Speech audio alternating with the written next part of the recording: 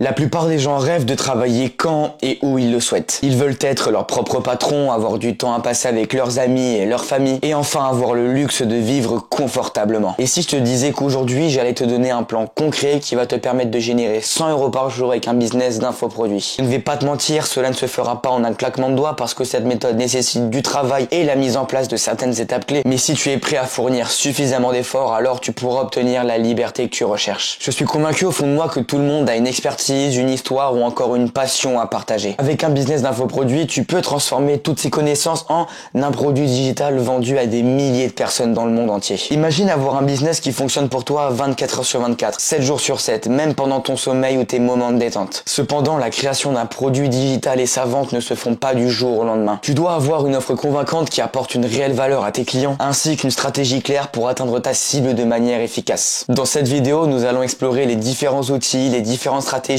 ainsi que les différentes étapes pour réussir dans ce domaine pourtant saturé. Maintenant, pour avoir accès gratuitement au support visuel de la vidéo, tu as juste à cliquer sur le premier lien dans la bio. Assez parlé, on se retrouve sur mon ordinateur. Donc on se retrouve sur mon ordinateur, plus précisément sur MindMaster. C'est un outil qui me permet de mettre au propre toutes mes idées et de réaliser des cartes mentales.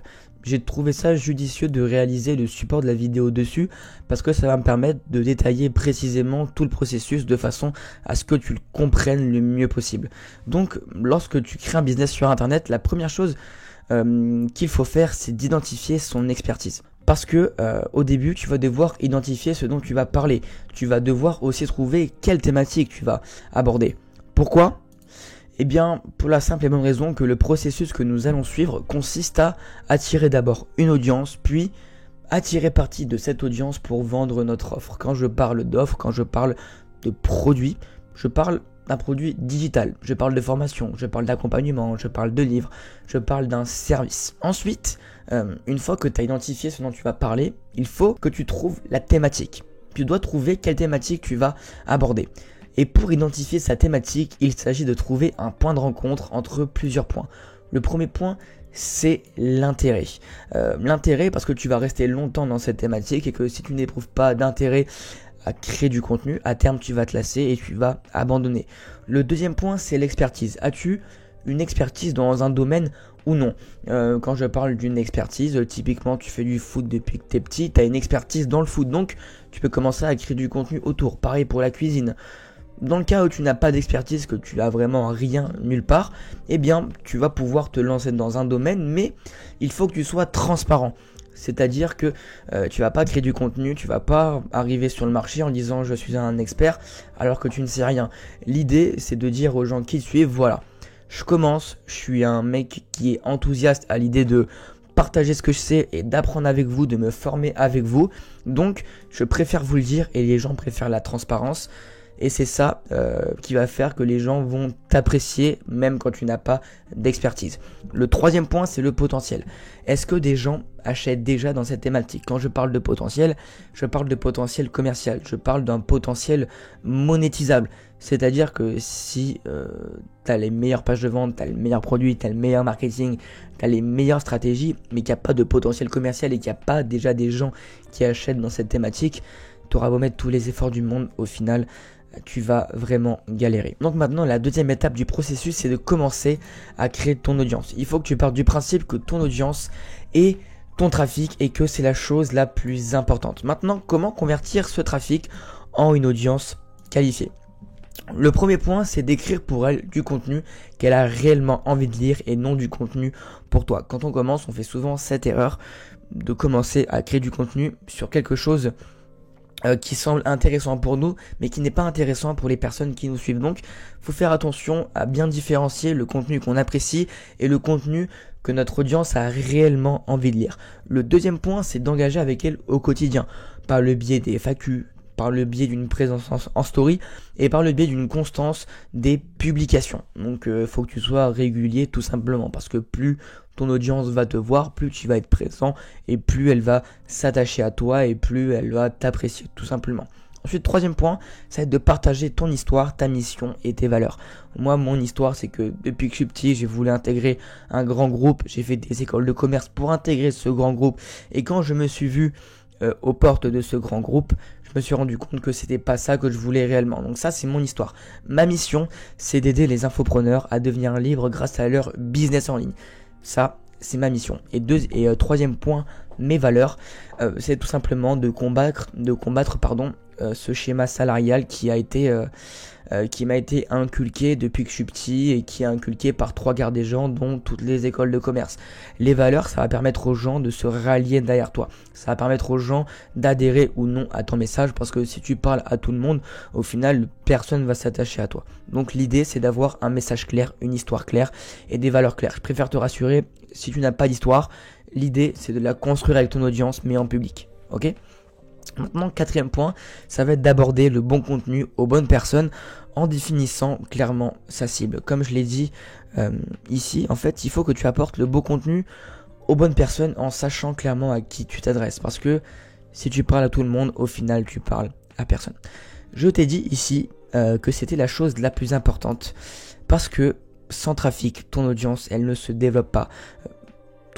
Pour la simple et bonne raison que ton business repose sur ce trafic. Donc, tu dois l'éduquer et le préserver à tout prix. Parce que le but est de monétiser notre audience. Parce que comme je l'ai dit ici, le protocole, plus précisément, on est sur un protocole organique, donc gratuit. Donc, dans le but est d'attirer notre audience, puis à terme de lui proposer un service. Donc, si tu ne prends pas le temps de créer du trafic, de créer du contenu, au final, tu n'auras plus de trafic et tu pourras plus développer ton business. Donc, premièrement, ton business repose sur ce trafic, donc tu dois l'éduquer et le préserver à tout prix parce que le but est de le monétiser. Donc il faut que tu établisses de la confiance et de l'autorité autour de tes contenus. Maintenant qu'on a vu pourquoi c'était important et comment convertir ce trafic en une audience qualifiée, l'idée, ça va être de construire cette audience.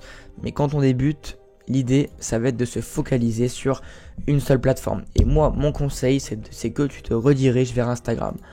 Pourquoi ? Parce que Instagram, c'est une plateforme qui est tout en un. Dessus, tu as les vidéos, tu as les photos, tu as les stories, tu as les messages, tu as les lives. C'est une plateforme où tu as un tout en un.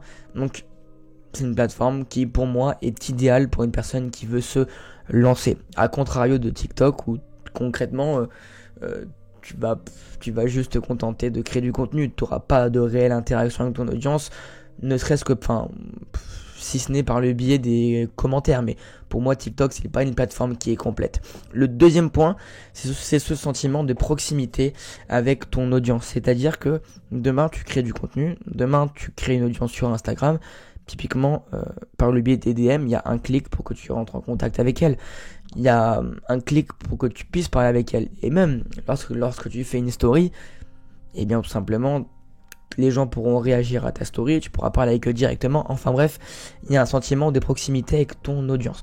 Le troisième point, c'est que il y a 24 millions d'utilisateurs en France, donc il y a plein de clients potentiels.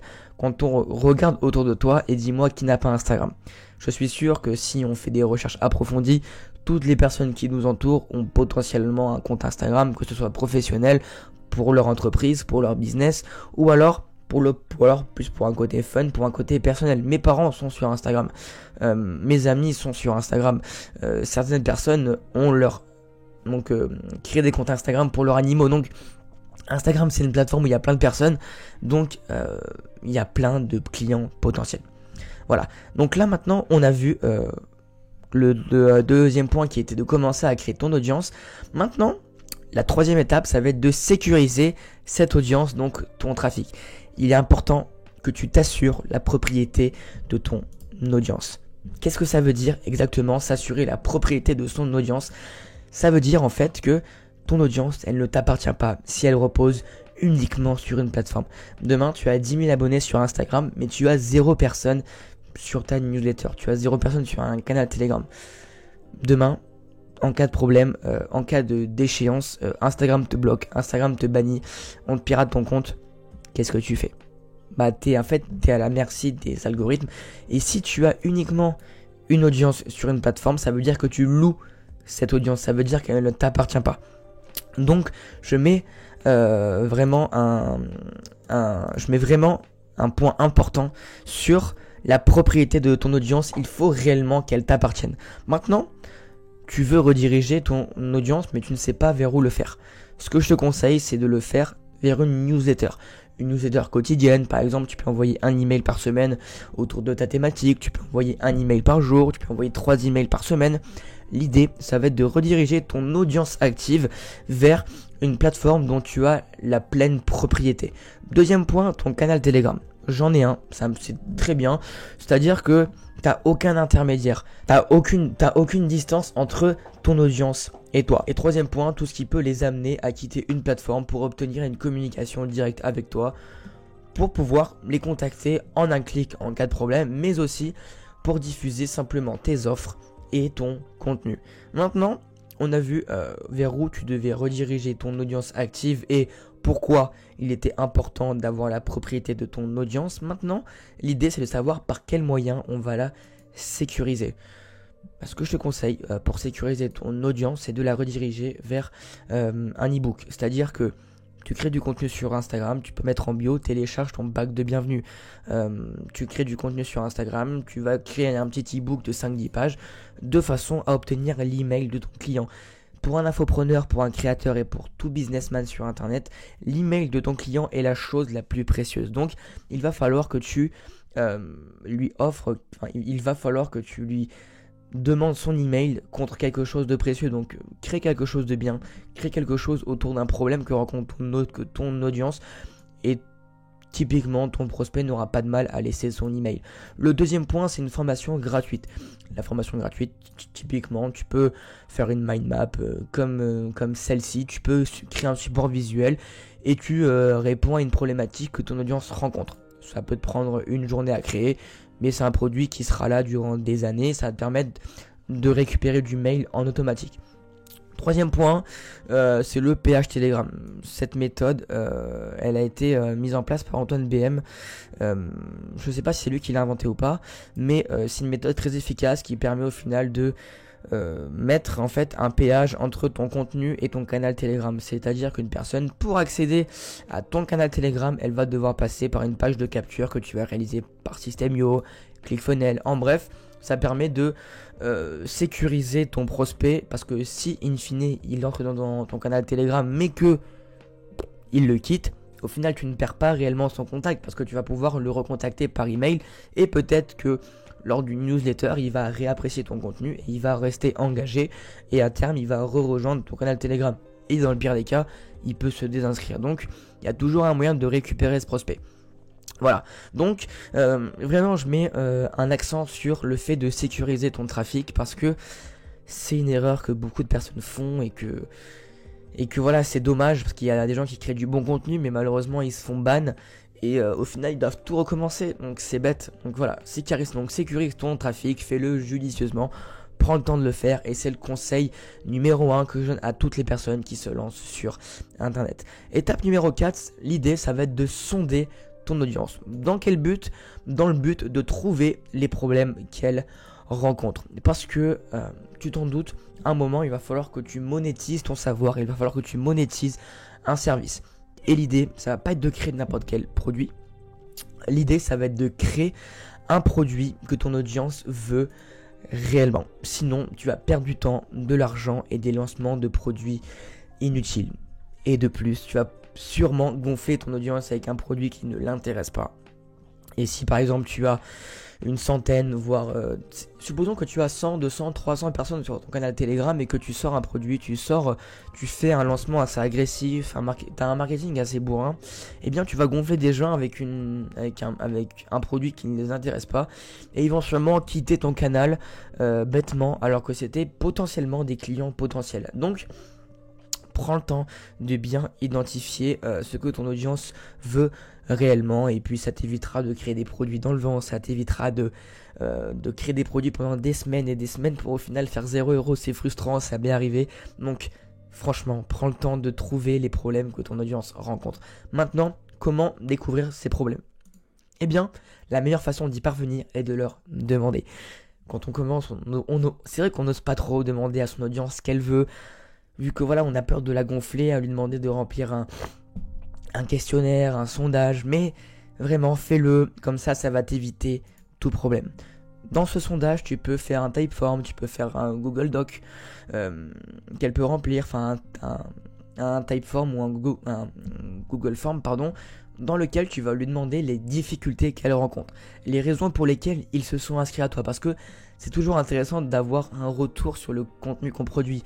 C'est toujours intéressant d'avoir un retour humain sur notre présence sur Internet. Le troisième point, c'est les problèmes liés à leur business. Et enfin, le quatrième point, leur budget, leur situation. Parce que leur budget, si pour la plupart, ils ont entre 50 et 100 euros de budget, tu vas pouvoir sortir une petite offre à 49 euros. Alors que si sur le sondage, ils disent tous qu'ils ont un budget qui est un peu plus grand, autour des 100, 200, 300 euros, tu vas pouvoir faire un lancement à 199. Donc ça, en fait, le sondage, ça te permet de ne pas viser dans le à peu près. Ça te permet d'avoir une idée claire des problèmes que ton audience rencontre. Voilà. Maintenant, je te disais que sonder ton audience, c'était important pour pouvoir trouver le produit idéal, pour pouvoir trouver le product market fit. Parce que résoudre le bon problème, ça te permet de faire de l'argent, mais au-delà de faire de l'argent, ça te permet d'aider ton audience réellement. Et puis quand tu aides ton audience, ça va te permettre premièrement de gagner en confiance, elle va t'apprécier et ça te permet d'avoir des bons retours clients. Et qui dit que tu as des bons retours clients, au final tu auras de la preuve sociale, donc tu vas vendre plus. Donc trouver le produit idéal, c'est hyper important et c'est quand on commence, c'est le goal ultime, c'est le but de tout entrepreneur et de toute personne en général, c'est de trouver le product market fit. Donc, premier point, ça va te permettre de gagner en confiance sur tes futurs lancements de produits parce que si dès ton premier lancement, tu te foires pas, tu trouves le bon produit, tu fais un bon lancement, tu réalises tes 1000, 2000, 3000 premiers euros, eh bien tu vas prendre en confiance. Tandis qu'à l'inverse, ça arrive, ça m'est arrivé et que ici, tu ne demandes pas et tu ne réalises pas en amont un petit sondage qui va te permettre de trouver justement ce produit idéal, eh bien tu vas perdre en confiance et tu vas réitérer un processus que tu aurais pu éviter. Donc, premier point, gagner en confiance. Deuxième point, la satisfaction de ton audience, parce que oui, c'est un produit qui vise juste, qui aide réellement ton audience, au final, elle sera satisfaite et tu auras des bons retours. Donc voilà, deuxième point, satisfaction de ton audience. Troisième point, pas de perte de temps à créer un contenu dans le vide. Comme je l'ai dit ici, si tu trouves le produit idéal, t'as pas de perte de temps. Qui dit gain d'argent, dit gain de temps. Donc voilà, encore une fois, toutes les étapes sont importantes, mais je trouve que sonder son audience, c'est vraiment le moyen sécure quand on commence de sortir un petit produit sans se prendre la tête et sans avoir peur de ne pas viser juste. Voilà. Donc maintenant, la cinquième étape, c'est cool, on a fait les 4 étapes précédentes, on a sondé notre audience, vient le moment de construire ton petit produit. Si tu veux vendre quelque chose à ton audience, tu dois le construire, ça paraît logique. Mais la question c'est comment s'y prendre. Premièrement, on a la méthode traditionnelle. La méthode traditionnelle, c'est celle que beaucoup de personnes utilisent. Elle consiste à d'abord créer un petit produit. Ensuite, on va créer une page de vente pour ce petit produit. Et enfin, on va envoyer du trafic sur ce premier petit produit. Sauf que le problème, c'est qu'il est possible que ce même produit, au final, ne corresponde pas du tout à ce que les gens veulent. Regarde, je te l'ai même dit ici. Si par malheur, tu sondes mal ton audience et que tu commences à créer ton petit produit, t'es hypé et tu connais pas la méthode que je vais te présenter après, eh bien tu passes automatiquement par la méthode traditionnelle parce que c'est la méthode logique, c'est la méthode je crée un produit, je crée une page de vente et j'envoie du trafic sur cette page de vente. Sauf que si ça plaît pas, eh bien les gens ne vont pas acheter et tu auras fait tout ce processus ici pour rien. Donc la méthode traditionnelle, elle est à faire quand tu as déjà une petite audience et que tu connais réellement et que tu es vraiment sûr et certain de ton produit. Moi, la deuxième méthode que je vais te proposer, elle est tout aussi intéressante et elle te permet d'éviter les pertes de temps et d'argent. Cette méthode, c'est quoi? C'est la bêta test. La méthode que je vais te proposer, on part du principe que tu crées du contenu, tu construis ton audience et enfin tu identifies précisément les besoins de ton audience. C'est-à-dire que tu vas réitérer le sondage de ton audience. Ensuite, tu vas créer une page de vente pour réaliser des précommandes.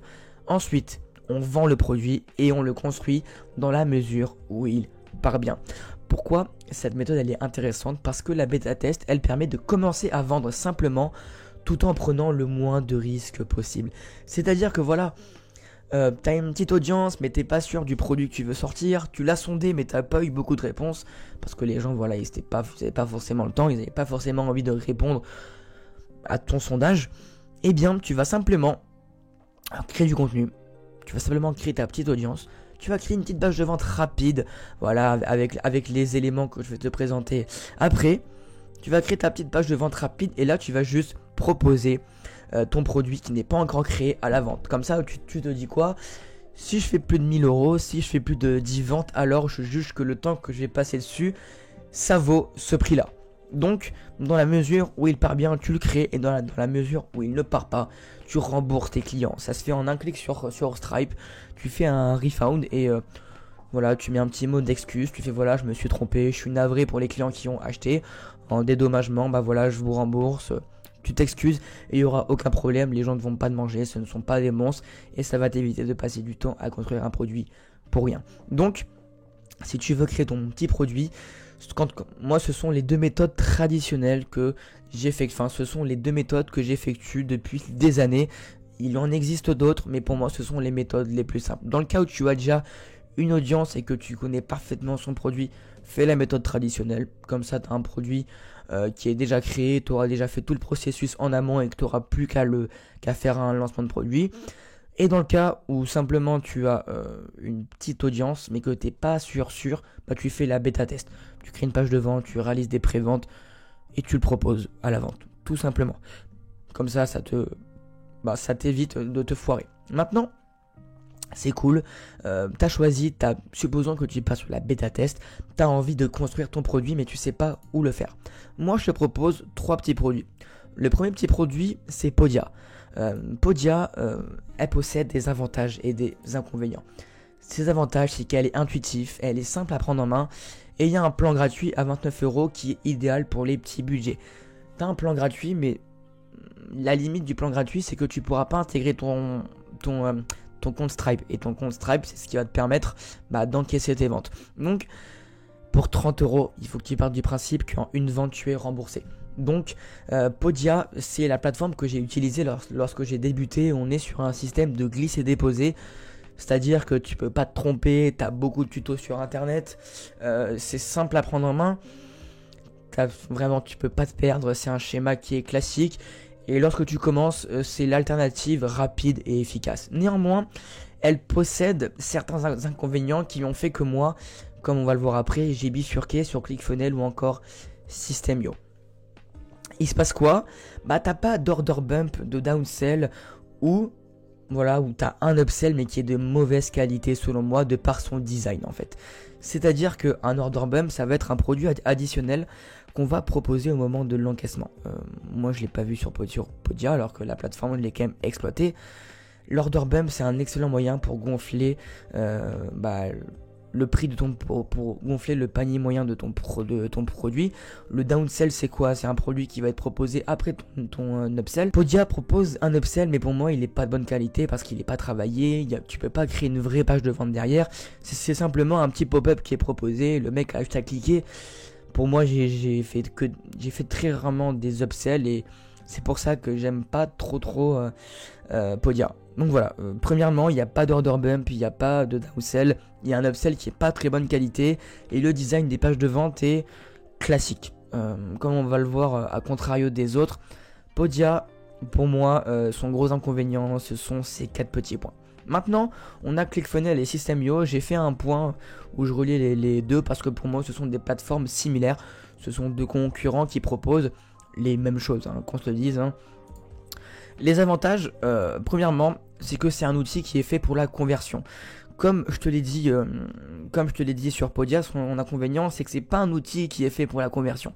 C'est pas un outil qui est fait pour vendre beaucoup. C'est vraiment un outil qui est fait pour les débutants, pour les personnes qui ont pas envie de se prendre la tête. Contrairement à ClickFunnels et System.io qui eux proposent des upsells, des downsells. Ce sont vraiment des pages de vente qui sont faits pour convertir et pour donc faire un maximum d'argent. Deuxièmement, ce sont des pages de vente de qualité qui sont 100% customisables. Vraiment, je peux pas te mettre les images sous les yeux, mais tu le verras par toi-même si jamais tu utilises Podia puis après System.io, c'est le jour et la nuit. Bien que System.io et ClickFunnels soient 100% customisables, elles restent tout de même intuitives. Maintenant, au niveau des inconvénients, c'est son prix. De mémoire, sur ClickFunnels, on est à 97 € pour le premier plan, mais on a un nombre de tunnels de vente qui sont limités. Donc c'est un peu compliqué. Quand on commence, on n'a pas forcément ce budget à mettre, donc c'est pour ça que j'ai mis que le plan à 29 € sur Podia quand on commence, c'est idéal pour les petits budgets. Mais aussi, il demande une certaine compréhension de l'outil, parce qu'il y a beaucoup de fonctionnalités. Du fait que tu puisses rajouter des upsells, des downsells, plein de choses comme ça, eh bien, tu auras plein d'options différentes, tu auras plein de choses à savoir. Ne serait-ce que rentrer ton nom de domaine, enfin voilà, t'as plein de petites choses importantes à savoir du fait qu'il y ait beaucoup de fonctionnalités. Et j'ai aussi oublié de préciser que ClickFunnels et System.io, ce sont des plateformes complètes, parce que tu peux capturer du mail avec, tu peux créer des pages de vente, tu peux faire des webinaires, tu peux tout faire. Podia aussi, mais voilà, la plateforme est moins complète. Et enfin, pour terminer, tu as Gumroad.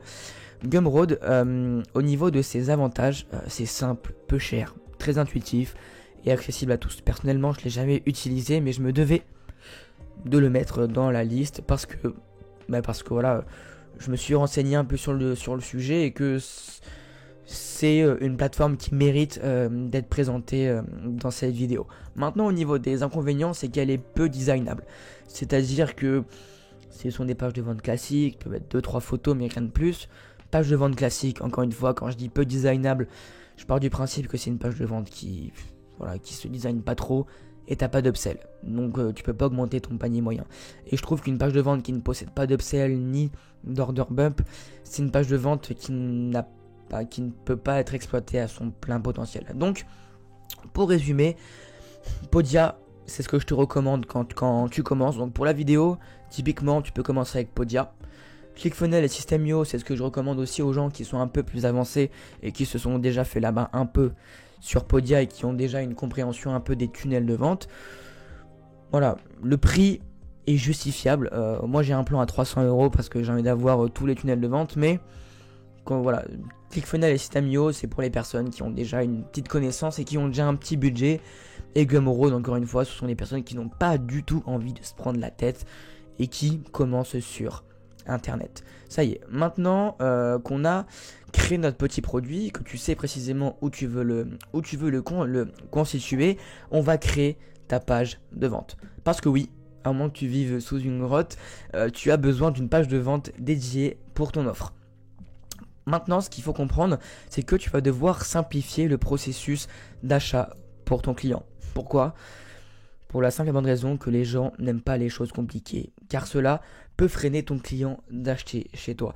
Si typiquement tu es sur ClickFunnels et que tu fais une page de vente hyper compliquée, avec plein d'informations partout, je ne sais pas si tu vois ces pages de vente, ces pop-up qui spawnent aléatoirement sur internet et tu vois des gros boutons en mode clique ici pour devenir riche. Ah non, ça marche pas du tout. Ça sont des pages de vente à ne pas du tout recopier. Donc fais des choses simples. Tu mets un bouton clair. Tu fais les choses simplement. Tu prends pas ton prospect pour un débile. Tu lui dis clairement les choses. Tu fais des choses simples et ça fera largement l'affaire. En général, les gens ils ne partent pas avec l'idée d'acheter chez toi et c'est vraiment ta page de vente qui fait le boulot. Donc raison de plus pour simplifier le processus d'achat. Et troisième point, une page vente claire et intuitive incite inconsciemment les prospects dans le bon sens. Parce que si tu as des beaux designs, que tu as un bon copywriting, que tu as un déroulement logique dans ta page de vente comme on va voir, ben là juste après, eh bien ton prospect, la suite logique c'est qu'il l'achète chez toi.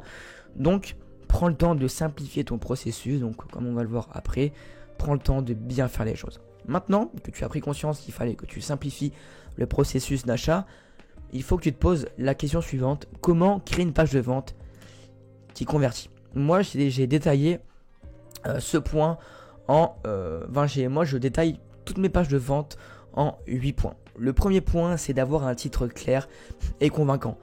Donc, c'est-à-dire que tu vas devoir dire clairement en quoi ton offre consiste, comment ton offre résout le problème de ton audience et pourquoi le prospect devrait s'y intéresser. Concrètement, le but c'est de donner à ton prospect une raison de continuer à lire. Parce que si il tombe sur ta page et qu'il sait pas clairement en quoi consiste ton offre, il fait mais attends mais je suis où? Donc voilà, ça revient à simplifier le processus d'achat. La deuxième étape, donc la deuxième partie de l'entonnoir, donc de ton tunnel de vente, ça va être d'amplifier le problème. C'est-à-dire que ton prospect, il va devoir comprendre pourquoi il est sur cette page. Pourquoi ce problème est tant pénible pour lui.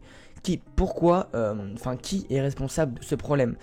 C'est-à-dire que voilà, tu vas devoir lui dire clairement que pourquoi il rencontre ce problème, qui est responsable de ce problème et que se passe-t-il si ce problème n'est pas résolu. Parce que oui, sur une page de vente, il est important de créer une image réelle dans le cerveau de ton prospect de façon à ce que cela affecte sa vie. Si ta page de vente, ton copywriting, il est un peu mou, il est pas assez, il image pas assez tes propos, et bien ton prospect il va pas pouvoir se projeter. Et le fait d'amplifier le problème, le fait de mettre un accent sur le fait de ce qui se passe si le problème n'est pas résolu, ça va permettre au final à ton prospect de voir sa vie s'il n'achète pas chez toi. Donc amplifier le problème, c'est une étape importante de façon à créer un ancrage dans le cerveau de ton prospect. Le troisième point, c'est le storytelling et la solution. Maintenant, tu commences à diriger progressivement ton prospect vers ton offre. Typiquement, tu peux lui raconter une petite anecdote, une histoire, et ensuite tu vas intégrer la solution à ton histoire. Moi, ce que j'aime bien faire, c'est de prendre une histoire que j'ai racontée. Tu peux émettre des sous-entendus, par exemple, peut-être que tu es dans cette situation. Aujourd'hui, j'aimerais parler d'une anecdote. Voilà. Le but, c'est de montrer que ta solution fonctionne grâce à un storytelling puissant. Enfin, le quatrième point, c'est d'apporter la preuve que ta solution marche. Parce que oui, ton offre n'est bonne qu'à partir du moment où tu apportes des preuves à ton argumentaire. Et pour ce faire, tu peux utiliser des témoignages, des études de cas, parce que le but est de montrer que cela fonctionne vraiment. Des témoignages, ça peut être des reviews Trustpilot, ça peut être des témoignages vidéo, et des études de cas, ça va être des informations, bien sûr, avec des sources prouvées, que tu vas prendre sur internet, et tu vas dire, voilà, comme les études le montrent, près de 75% des gens se lancent sur internet, donc pourquoi tu ne le ferais pas? Le but, c'est d'apporter la preuve que ta solution marche. C'est hyper important, les gens achètent à 50% chez toi dès lors que tu as beaucoup de témoignages. Donc, apporte vraiment de la preuve à ton argumentaire. Ça y est, maintenant on a fait un titre clair, on a amplifié le problème, on a mis un storytelling puissant, on apporte la preuve que la solution marche. Maintenant le but, ça va être de révéler ton offre. Tout simplement, dis-leur ce qu'ils vont trouver et ce qu'ils vont recevoir dès lors qu'ils achètent chez toi. Voici ce que tu vas retrouver dans ton programme dès lors que tu achètes. Tu vas lui faire un contenu détaillé de tous les modules. Tu vas lui présenter les bonus, tu vas lui présenter le prix, parce que oui, cette étape elle est importante de façon à gonfler la valeur perçue de ta formation. Parce que tu vas lui dire, écoute, moi je t'apprends à faire par exemple 1000 € en moins de 60 jours.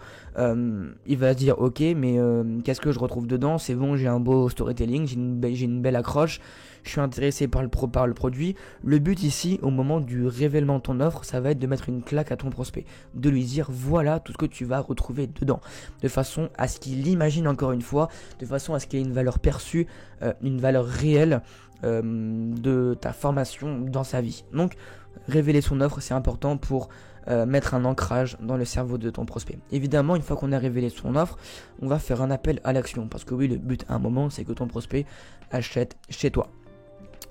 Ce que tu peux ajouter dans ton appel à l'action, c'est tout simplement des biais psychologiques. Le premier biais, ça va être la rareté. Tu peux très bien mettre la formation est dédiée, la formation est disponible à 100 exemplaires. Typiquement, voilà, et puis tu mets un coupon, tu dis en temps réel combien de coupons il reste. Donc là, tu ajoutes de la rareté. Deuxième point, tu ajoutes de l'urgence. L'urgence, c'est tout simplement une urgence dans le temps. Tu vas dire que ton offre, elle est disponible que sur une période donnée, que sur une timeline. Troisième point, tu vas mettre de l'ancrage, excuse-moi, je bug un peu, en mettant l'accent sur la promotion de façon à créer l'effet rationnel. C'est-à-dire qu'à chaque module, tu vas y apporter une valeur estimée.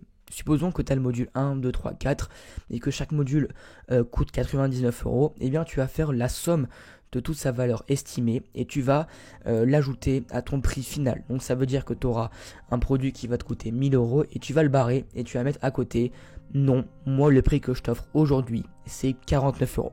Comme ça, tu vas créer un effet d'ancrage dans le cerveau de ton prospect, de façon à ce qu'il se rende compte que son choix est rationnel. Le but de l'ancrage, c'est de créer un effet rationnel. Parce que oui, le but, c'est de pousser les gens à agir et à inciter ton prospect à passer à l'action. Donc ça y est, maintenant, tu as convaincu ton prospect, tu l'as convaincu, il connaît ton offre, il sait ce que tu peux lui apporter, il sait de quoi ça parle. Le but maintenant, ça va être d'apporter des garanties. Les garanties, c'est quoi ? Les garanties, elles vont permettre de réduire les risques perçus par ton acheteur. Typiquement, tu peux mettre insatisfait ou remboursé. Pour moi, c'est la moindre des choses. Et une garantie concernant la promesse. Moi, ce que j'aime bien faire, c'est garantie satisfait ou remboursé. Donc voilà, tu as 30 jours. Enfin, moi, dans mes conditions générales des ventes, je stipule que pendant 14 jours, la personne, elle a le droit d'exploiter tout simplement mon produit. Enfin, par exemple, si la personne elle consomme un module chez moi mais qu'elle n'est pas contente, sans aucune raison, elle peut avoir un remboursement dans l'instant T sous 48 heures réalisé par mon support client. Le deuxième point, c'est la garantie concernant la promesse. Qu'est-ce que j'entends par là ? Eh bien, c'est par exemple, je t'envoie X € si tu n'arrives pas à avoir les résultats que je t'ai promis. Ça, c'est une deuxième garantie qui est optionnelle, mais qui est nécessaire, mais qui est à mettre en place que si tu peux la tenir. Ne t'amuse pas à faire des garanties que tu ne peux pas tenir, parce que premièrement, ça va bousiller ton image et il n'y a rien de plus important que la satisfaction de ton client. Donc, fais attention à ne pas promettre des choses que tu ne peux tenir. Parce que oui, ces deux situations, elles ont pour but de créer une situation gagnant entre le créateur et le client. Parce que lui, il est gagnant parce que il risque rien. Parce que si le premier module ne lui plaît pas, il peut être remboursé. Et dans le deuxième cas, il se dit tiens, je suis ma formation jusqu'au bout, et je vais l'appliquer correctement. Et eh bien, au pire des cas, j'envoie des screens et je suis remboursé. J'ai quoi à perdre? Et puis nous, vu qu'on est sûr de notre site, vu qu'on est sûr de nos méthodes et qu'on est sûr de notre approche, il y aura moins de 1% des gens qui vont demander cette garantie-là. Donc, la garantie, qu'elle soit simple ou double, elle est là pour réduire les risques perçus pour l'acheteur. Ça y est, maintenant on arrive enfin à la fin de la page de vente. Je ne l'ai pas mis là, mais ce que tu peux rajouter ici, ça s'appelle un ultimatum. L'ultimatum, ça va être le fait de rappeler à ton client ce qu'il en court si il n'achète pas chez toi. Si tu n'achètes pas chez moi, eh bien tu vas rester dans ta situation. Si tu achètes chez moi, tu auras peut-être la possibilité de sortir et de résoudre ton problème. Donc ça, c'est peut-être un 7.1 que j'aurais pu rajouter, mais j'y ai pensé au moment de faire la vidéo et je m'en excuse. Le 8e point, ça va être de répondre aux objections. Les objections, c'est quoi? Ça va être une FAQ. Parce que le but, en fait, pas le but, mais la plupart des gens trouvent des objections et trouvent toujours des raisons à leur incohérence et à leur manque d'action. Donc nous, le but, ça va être de mettre un coup de massue et de réaliser une FAQ dans lequel on va réaliser un récapitulatif de l'offre et de ses avantages.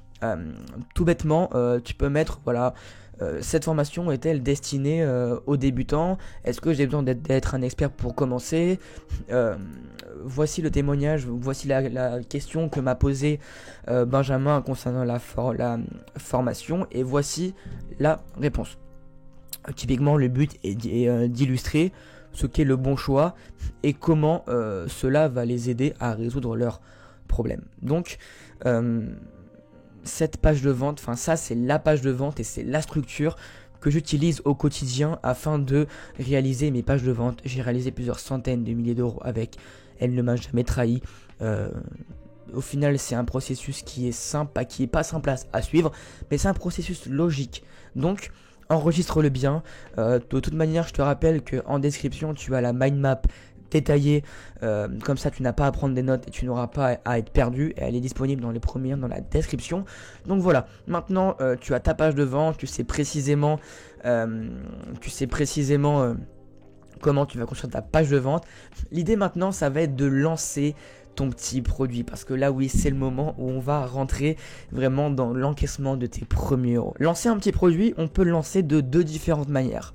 On peut lancer le premier petit produit par le contenu et par mail, mais ça on va le voir après. Lancer le produit par le contenu, on va se poser la question suivante: comment je vais diffuser mon offre sur Instagram? Parce que oui, je te rappelle que le conseil que je t'avais donné, c'était de te mettre sur Instagram et de diffuser ton offre sur cette plateforme. Hop, moi ce que je ferais si j'étais à ta place, et les questions que je me poserais si je veux diffuser mon offre correctement sur Instagram, c'est: est-ce que je vais avoir une stratégie basée sur un carrousel par jour, un post créatif par jour, un réel facecam en tant que force de vente? Est-ce que ça va être une story avec un call to action? Est-ce que je vais réaliser un live dédié à mon lancement? Ça je l'ai pas fait, mais j'ai vu des gens le faire et je pense que c'est une très bonne stratégie, parce que ça y est, voilà, tu teases ton lancement depuis une semaine, 15 jours, 3 semaines. Tu viens de lancer ton carrousel le premier jour, tu viens de lancer un réel le premier jour.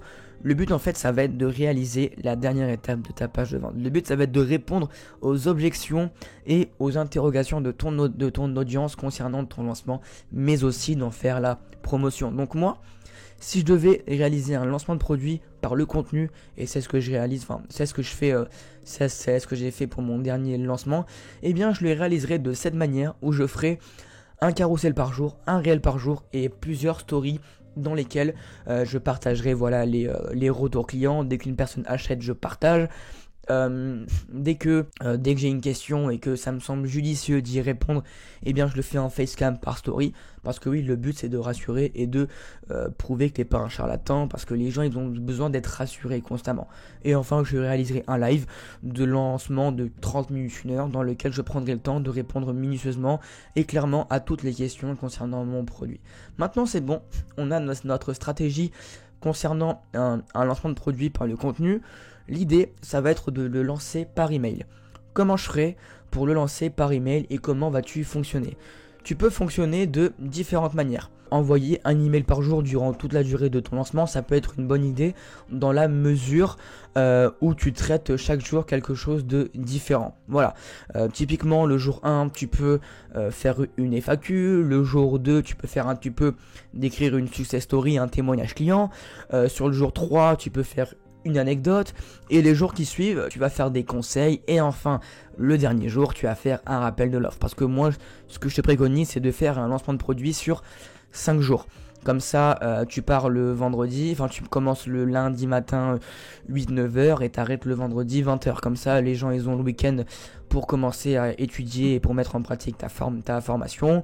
Et toi, t'as toute la semaine où voilà, chaque jour tu traites une problématique différente. Maintenant, moi ce que j'utilise, c'est d'envoyer 3 emails durant toute la durée de mon lancement. Comme je te l'ai dit avant, je fais des lancements sur mes lundis du lundi jusqu'au vendredi. Et l'idée, ça va être d'envoyer un email le lundi, mercredi et vendredi. Voilà, donc le jour 1, moi ce que je fais, c'est que je fais un copier-coller de ma page de vente dans laquelle, voilà, j'annonce, je mets un bel objet mail, je dis voilà, enfin bref, je trouve un objet en rapport avec mon offre, pardon, et je fais un copier-coller de ma page de vente. Ensuite, jour 3, je réponds à vos questions concernant la formation. Je reprends un peu la méthode ici, mais c'est-à-dire que je prends 3 questions, en fait voilà. À la fin du mail du jour 1, je dis: si vous avez la moindre question, n'hésitez pas à me le faire parvenir. Et comme ça, si les gens ils ont des questions, eh bien dans le jour 3, je prends le temps d'y répondre. Et si j'ai pas de gens qui répondent à mon email, vu que ça peut arriver, eh bien je prends les réponses aux objections que j'ai réalisées dans ma page de vente et je les introduis dans un mail complet, et bien sûr en y ajoutant des liens vers mon offre. Et enfin, le dernier jour, je fais un rappel de fin de l'offre en illustrant peut-être un témoignage client, en illustrant par exemple 5 conseils pour mettre en pratique la formation, 5 conseils méconnus que tu peux appliquer en plus de la formation. Et à la fin, tu places un call to action et tu mets un témoignage client, tu ajoutes des biais psychologiques, et c'est une structure de vente par email qui a bien marché pour moi et que je te recommande. Maintenant, on a vu le fonctionnement d'une campagne de lancement par email. Maintenant, l'idée, ça va être de construire un bon email.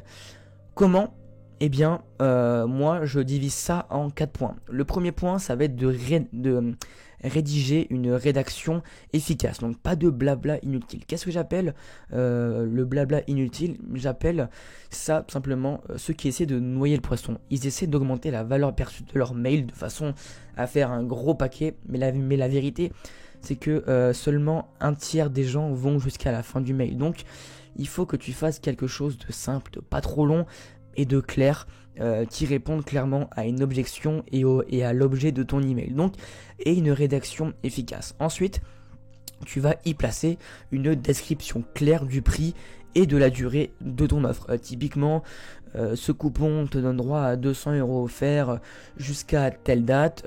Profite ou alors clique ici pour faire valoir ton droit. Là, on a une description claire du prix et de la durée de l'offre. Ensuite, tu vas inclure forcément du storytelling de façon à ne pas perdre ton lecteur. C'est comme sur une page de vente, un email c'est à peu près la même chose. C'est comme un entonnoir où tu commences de quelque chose de plus large et enfin tu rétrécis vers une direction qui est ton offre. Donc, tu mets un storytelling, tu mets un déroulement logique. Le but concrètement, c'est que tu aies des call to action qui soient clairs. Ne place pas des liens qui sont non visibles ou mal placés. Cette erreur, je l'ai faite à placer des liens vraiment cachés sous un gros pavé. Non, l'idée c'est que tu aères ton mail et que tu mettes des petits emojis de façon à rendre... de façon à pousser ton lecteur simplement à cliquer. Donc simplifie la tâche. Donc pour résumer, pour construire un bon mail de vente, il faut que tu aies une rédaction qui est efficace, une description claire du prix et de la durée. Tu inclus un storytelling de façon à ne pas perdre ton lecteur, de façon à le garder captivé. Tu y introduis de la preuve sociale, de la rareté et de l'exclusivité. Pour moi, c'est les composantes d'un bon mail. Après, bien sûr, je vais pas aller plus loin parce que sinon, je pourrais y passer des heures. Mais dans l'idée, ce sont les 4 points pour moi les plus importants d'un bon email. Ça y est, maintenant voilà, on a vu tout le processus, on a vu tout en détail et l'idée maintenant, ça va être de répéter et d'optimiser à partir du point numéro 4. Pourquoi ? Eh bien, pour identifier simplement de nouveaux problèmes, parce que oui, l'idée, ça va être de sonder à nouveau ton audience, parce que, vu que tu crées du contenu, tu attires sans cesse une nouvelle audience, et les gens, ils ont toujours des nouveaux problèmes. Moi, l'idée, et ce que je te recommande, quand tu commences, c'est de créer un catalogue de produits, afin de gagner en compétences. Si tu sors un gros produit, à ce moment-là, d'accord. Mais si tu commences et que tu n'as pas envie de t'embêter à créer un gros produit, eh bien, à ce moment-là, tu vas sortir un produit tous les mois. Donc, l'idée, ça va être de répéter le processus à partir du sondage de ton audience, de façon à toujours créer le bon produit, de façon à toujours savoir à qui tu t'adresses, et de façon aussi à gagner en compétences. Et puis aussi un truc tout bête, dans le cas où comme moi tu proposes des petits produits, mais bon, je suis aussi un produit d'accompagnement, mais dans le cas où tu proposes un petit produit, eh bien il faut savoir que 70% de mon chiffre d'affaires provient de mes clients réguliers. Donc ne perds pas de temps à chercher des nouveaux clients constamment. Contente-toi de fidéliser ceux qui achètent déjà chez toi. Et quoi de mieux que de fidéliser tes clients qui achètent déjà chez toi, sortir de nouveaux produits. Donc voilà, c'est le processus exact que je suivrai si je devais créer un business d'infoproduits en 2023. Maintenant, pour rappel, t'as la mind map qui est disponible dans la description. Je te remercie d'avoir suivi la vidéo jusqu'ici. J'espère que tu auras pris plaisir à m'écouter et à suivre tous mes conseils. On se retrouve bientôt dans une nouvelle vidéo. Ciao.